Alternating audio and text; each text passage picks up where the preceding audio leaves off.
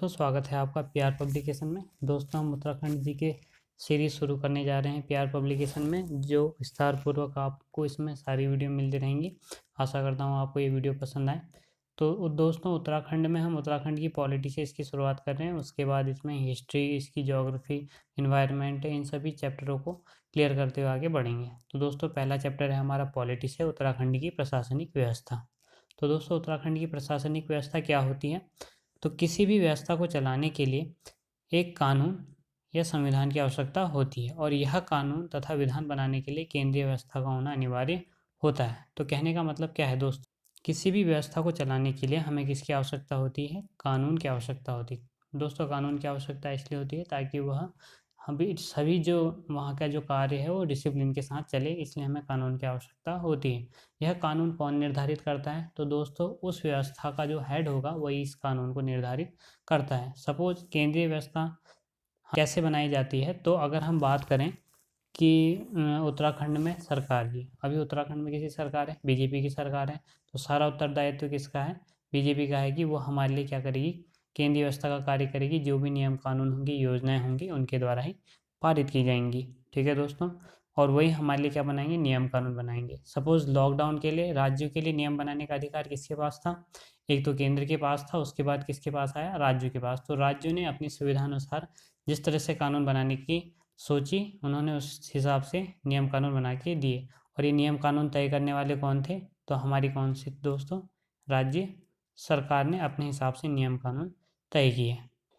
तो ये जो केंद्रीय व्यवस्था है दोस्तों, जो सरकार बनाती है, जो नियम कानून बनाती है, उसी को हम क्या कहते हैं? सरकार कहते हैं दोस्तों। ठीक है, सरकार कितनी चीज़ों से मिलकर बनती है? विधायिका से, कार्यपालिका से और न्यायपालिका से। विधायिका का कार्य क्या होता है दोस्तों? तो इनका कार्य है कानून या विधान बनाना। कार्यपालिका का कार्य क्या है दोस्तों? उस विधान को पास करना और लागू करवाना। और न्यायपालिका का कार्य क्या है दोस्तों? अगर कोई कानून जनता के हित में नहीं है तो आप उसके खिलाफ याचिका दर्ज कर सकते हैं न्यायपालिका में, और उसका कार्य है उस कानून को निरस्त करना और न्याय दिलाना। ठीक है दोस्तों, और और दोस्तों हमें एक चीज़ पता है कि जो उत्तराखंड है या फिर भारत के जितने भी राज्य हैं, भारत एक क्या है? राज्यों का संघ है दोस्तों। क्या है? राज्यों का संघ है। अगर आपने इंडियन पॉलिटी की पढ़ी है तो आपको पता होगा कि भारत क्या है? एक राज्यों का संघ है, जो बहुत सारे राज्य, जो 28 राज्य और 9 केंद्र शासित प्रदेशों से मिलके बना है। लेकिन अब कितने हो गए दोस्तों केंद्र शासित प्रदेश? 8 हो गए हैं, जिसमें दमन और दीव क्या हो गए हैं? एक ही हमारे केंद्र शासित प्रदेश कर दिए गए हैं। ठीक है दोस्तों, तो जो ये राज्य हैं ये क्या है? संघीय ढांचे से बना हुआ है, और प्रत्येक राज्य और केंद्र के अपने अपने कानून हैं। दोनों एक दूसरे के कार्य में हस्तक्षेप नहीं कर सकते हैं। इसलिए भारत को क्या कहा जाता है? राज्यों का संघ। और केंद्र की सरकार बननी इसलिए ज़रूरी है क्योंकि वो सभी राज्यों को क्या करती है दोस्तों? जोड़ने का कार्य करती है। मान लिया ये उत्तराखंड है, ये उत्तर प्रदेश है, और ये हमारा महाराष्ट्र है। अलग अलग जो हमारे राज्य हैं, इन सबको अगर हम केंद्रीकृत करेंगे तो उसका एक हेड कौन होगा? हमारा केंद्र सरकार। केंद्र का मतलब है कि उस सभी राज्यों को इकट्ठा एक देश के रूप में, ढांचे के रूप में बनाए रखना। ठीक है दोस्तों, अगर हम देश के अन्य राज्यों की तरह, अगर हम हमारे जो राज्य हैं, प्रत्येक राज्य में जो राज्य की जो कार्यपालिका है, न्यायपालिका है, वो किसके तहत कार्य करती है दोस्तों? तो वो कार्य करती है हमारी अनुच्छेद 152 से 237 तक। दोस्तों हमने पहले पढ़ लिया है कि किसी भी व्यवस्था को चलाने के लिए संविधान या कानून की आवश्यकता पड़ती है। तो देश के लिए कौन है? देश के लिए एक ही कानून है। कानून किसके तहत तय तय कर दिए जाते हैं? वो है हमारे संविधान के तहत। तो संविधान के तहत ये व्यवस्था चलती है दोस्तों। तो उसी के आधार पर हम क्या पढ़ते हैं? अनुच्छेद 152 से 237 तक। इसी में हमारी क्या दी है? न्यायपालिका और कार्यपालिका का वर्णन मिल जाता है दोस्तों। ठीक है, अब हम बढ़ते राज्य की सरकारों के भागों में, कि वह कितने भागों में बटी हुई है। तो जो सरकारें हैं वो 3 भागों में बटी होती हैं। जैसे केंद्र में है दोस्तों विधायिका, कार्यपालिका, न्यायपालिका, वैसे ही राज्यों में भी विधायिका, कार्यपालिका और न्यायपालिका होती है। दोस्तों अगर हम यहाँ की भारत देश की अगर संरचना की बात करें तो यहाँ पे वो कैसी व्यवस्था चलती है दोस्तों? लोकतांत्रिक व्यवस्था चलती है और संसदीय प्रणाली चलती है। संसदीय प्रणाली हमने कहाँ से ली है दोस्तों? तो ये हमने ली है ब्रिटेन से। और अगर कभी क्वेश्चन आता है कि मौलिक अधिकार कहाँ से लिए गए हैं, तो आप कहेंगे अमेरिका से। संघीय ढांचा कहाँ से लिया गया है? तो हम कहेंगे कनाडा से। इस तरीके, इसीलिए हमने अपने भारतीय संविधान के लिए अलग अलग देशों से जो उनकी अच्छी अच्छी चीज़ें थी वो उठाई थी, इसलिए हमारे भारतीय संविधान को उधार का थैला भी कहा जाता है। तो ये क्वेश्चन भी आता है दोस्तों कि भारतीय संविधान को उधार का थैला भी कहा जाता है करके। उसके बाद हम पढ़ेंगे इसमें विधायिका के बारे में दोस्तों, ठीक है। तो दोस्तों अगर हम विधायिका की बात करें तो विधायिका का हमने पढ़ लिया था कि विधायिका का कार्य क्या होता है, कानून बनाना। हमारे उत्तराखंड में विधायक जो हैं उनकी जो सीटें हैं वो कितनी हैं, 70 सीटें हैं। उसमें से हमारी एक सीट क्या है, एक एंग्लो इंडियन की है, तो टोटल कितनी सीटें हो जाती हैं हमारी, 71 सीटें हो जाती हैं। तो दोस्तों विधायिका का कार्य क्या है, जिनको हम चुनते हैं वो हमारे लिए क्या बनाते हैं, कानून बनाते हैं। जैसे केंद्र में संसद है, वैसे ही हमारे जो राज्य हैं उसमें विधानसभा होती है, ठीक है दोस्तों। विधानसभा या फिर इसको हम विधानमंडल भी कहते हैं। विधानमंडल दो भागों में बटा होता है, एक तो बटा होता है हमारा किसमें, विधानसभा में, और एक बटा होता है हमारा विधान परिषद में। उत्तराखंड में दोस्तों विधान सभा है, विधान परिषद नहीं है, इसलिए हम उत्तराखंड की जो विधानमंडल है उसको हम कैसे कहते हैं, एक संगठनात्मक कहते हैं। एक संगठनात्मक कहने का अर्थ ये है कि यहाँ पे कोई विधान परिषद नहीं है लेकिन विधानसभा है। और विधानसभा की यहाँ कितनी सीटें हैं दोस्तों, तो विधानसभा की यहाँ है कुल 70 सीटें, और उसमें से एक क्या है हमारी +1 क्या है हमारी एंग्लो इंडियन की है, तो टोटल कितनी सीटें हो जाती हैं दोस्तों, 71 सीटें हो जाती हैं। दोस्तों अगर हम उत्तराखंड में विधायिका की बात करें तो उसकी जो स्थापना हो गई थी राज्य के गठन के साथ ही हो गई थी। दोस्तों उसकी स्थापना कब हो गई थी हमारे राज्य गठन के साथ, और राज्य का गठन कब हुआ है, 9 नवंबर 2000 को। दोस्तों ये जो राज्य गठन है इसकी जो शुरुआत हुई थी हमारे आंध्र प्रदेश के अलग होने से हुई थी, जो 1953 में अलग हो गया था। उस दौरान क्या हुआ था, ये आंध्र प्रदेश भाषाई आधार पर अलग हुआ था। ठीक ऐसी ऐसी जो समस्या हो रही थी भाषाई आधार पर, तो उसी के कारण क्या किया गया कि राज्य को अलग करने के लिए एक आयोग बनाया गया जिसको कहा गया फजल अली आयोग, जिसकी स्थापना कब हुई थी दोस्तों, इसको आयोग का गठन तो 1953 में कर दिया गया था, लेकिन 1955 से इसने अपनी रिपोर्ट देना शुरू कर दिया था, ठीक है दोस्तों। लेकिन 1953 में ही आंध्र प्रदेश क्या हो गया था, अलग हो गया था। उसके बाद से फिर प्रत्येक हर समय जो है हमारे जैसे भारत में कितने राज्य बन गए हैं कुल, अब 28 राज्य हो गए हैं जैसे। तो फजल अली आयोग जो बना था 1953 में, उसी के द्वारा दिए गए जो सुझाव हैं उसी के आधार पर ये बढ़ते जाता है, ठीक है दोस्तों। तो हमारे जो उत्तराखंड जब अलग हुआ तो उस वक्त यह कब अलग हुआ था, तो 9 नवंबर 2000 को अलग हुआ था, और इसमें जो अंतरिम विधानसभा का गठन हुआ था। अंतरिम विधानसभा का गठन क्या होता है दोस्तों, उस वक्त जो हमारा यूपी था, यूपी में उत्तराखंड से जो सदस्य थे वो कुल 31 थे दोस्तों।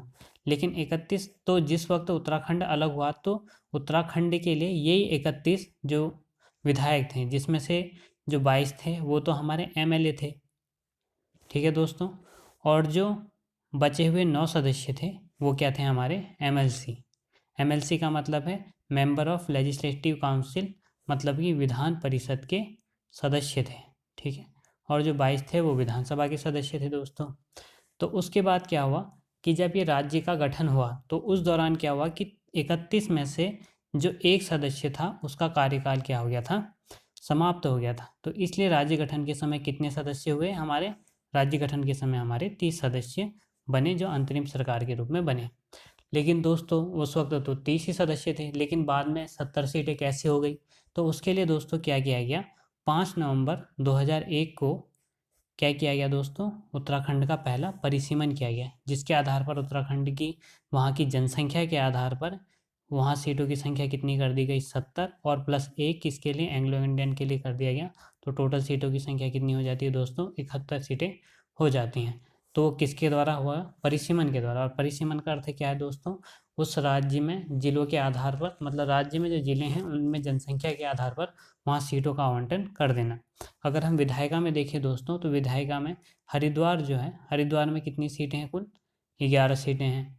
और देहरादून में देखें तो कितनी सीटें हैं दोस्तों, 10 सीटें हैं। ये विधानसभा की सीटें हैं, क्योंकि विधान परिषद तो है नहीं यहाँ। तो जितनी भी सीटें हैं विधान परिषद की, विधानसभा की सीटें हैं और विधान परिषद नहीं है, इसलिए हम यहाँ के जो विधानमंडल है उसको क्या कहते हैं, एक संगठनात्मक ढांचा है ये, ठीक है दोस्तों। विधानसभा यहाँ पे कोई सिर्फ विधानसभा है, विधान परिषद नहीं है, इसलिए इसको हम क्या कहते हैं, एक संगठनात्मक ढांचा कहते हैं, ठीक। ठीक है दोस्तों, तो विधायिका आपको समझ में आई होगी। तो ये है दोस्तों हमारे कितने एमएलए थे जिस वक्त उत्तराखंड अलग हुआ, तो 22 एमएलए थे और 9 एमएलसी थे, जिनमें से एक का कार्यकाल समाप्त हो गया था, इसलिए कितने रह गए थे, 8 रह गए थे। तो अंतरिम सरकार के समय कितने सदस्य हुए, 30 सदस्य हुए। और 5 नवंबर 2001 को जब उत्तराखंड का परिसीमन हुआ तो उस वक्त इनकी संख्या कितनी हो गई थी, 70 सीटें कर दी गई थी। उसके बाद जब हमारा दूसरा परिसीमन हुआ दोस्तों 2008 में, तो उसके बाद भी यह सीटों की संख्या वही निश्चित कर दी गई थी। ठीक है दोस्तों, तो दोस्तों आप ये हमारे मेरे वीडियो में भी देख सकते हैं कि जो मैंने बताया है वही चीज़ें यहाँ लिखी हुई हैं। ठीक है दोस्तों, हरिद्वार में 11 सीटें हैं, देहरादून में 9 सीटें हैं, इस तरीके से कुल 70 सीटें। अब आएगी इनमें आरक्षित सीटें। तो दोस्तों आरक्षित सीटें क्या होती हैं? आरक्षित सीटें उन्हें कहते हैं दोस्तों जो किसी व्यक्ति को उसकी कम्युनिटी के आधार पर उसको रिप्रेजेंटेशन देने के लिए दिया जाता है। हमारे देश में जो हमारा राज्य है उसमें जो आरक्षित सीटें हैं उनकी कुल संख्या है 15, जिनमें से 13 सीटें तो किसके लिए हैं दोस्तों, एससी के लिए, और जो 2 सीटें हैं वो हैं हमारी एसटी के लिए। एसटी की जो 2 सीटें हैं वो तो एक हमारी चकराता देहरादून में और दूसरी है हमारी नानक मत्ता की उधम सिंह नगर में। तो ये तो एसटी सीटें हैं। और एससी सीटें क्या हैं दोस्तों, ये प्रत्येक ज़िले में एक एक सीट है। उनमें से एक हमारा क्या है, रुद्रप्रयाग ज़िला है, वहाँ पे कोई एक भी एसटी सीट नहीं है, एससी सीट नहीं है दोस्तों। ठीक है, उसके अलावा और चंपावत में भी कोई सीट नहीं है दोस्तों एससी की। ठीक है दोस्तों हमने एंग्लो इंडियन के बारे में भी जान लिया। एंग्लो इंडियन को कौन मनोनीत करता है दोस्तों, तो सीधे सीधे हम कहेंगे राज्यपाल मनोनीत करता है। वह निर्वाचित नहीं होता है, उसको सिर्फ मनोनीत किया जाता है। दोस्तों जब हमारे देश में, जब हमारे उत्तराखंड में अंतरिम सरकार बनी, तो उसके बाद क्या हुआ कि जो पहला निर्वाचन हुआ, तो पहली जो सरकार आई थी वो तो नित्यानंद स्वामी के समय आ गई थी। इसलिए उत्तराखंड के जो पहले मुख्यमंत्री हैं वो कौन से हैं, नित्यानंद स्वामी जी हैं। लेकिन उसके बाद जो दूसरे मुख्यमंत्री, जो निर्वाचित मुख्यमंत्री बनते हैं, वो कौन बनते हैं दोस्तों, एनडी तिवारी बनते हैं। जो हमारी जब पहला इलेक्शन होता है तो यहाँ पे वो किसकी सरकार बन के आती है, कांग्रेस की सरकार बन के आती है। तो उसमें एनडी तिवारी क्या बनते हैं, हमारे पहले निर्वाचित मुख्यमंत्री बनते हैं। इसमें विधानसभा दोस्तों के अभी अब तक कितने इलेक्शन हो चुके हैं, 3 बार विधानसभा के इलेक्शन हो चुके हैं और चौथी विधानसभा चल रही है, ये हम सब लोग जानते हैं। जिसमें अभी उत्तराखंड में वर्तमान में किसकी गवर्नमेंट है, तो बीजेपी की गवर्नमेंट है दोस्तों। ठीक है, तो दोस्तों आशा करता हूँ आपको ये विधायिका वाला चैप्टर समझ में आया होगा। आगे हम कार्यपालिका के बारे में पढ़ेंगे और कार्यपालिका के बाद फिर हम पढ़ेंगे न्यायपालिका के बारे में। ठीक है दोस्तों, और उसके बाद हम जाएंगे उसके जो पंचायती राज व्यवस्था है उसमें, और उसको डिटेल में पढ़ेंगे। तो तब तक के लिए धन्यवाद। अगर आपको पसंद आया तो चैनल को लाइक कीजिए, सब्सक्राइब कीजिए।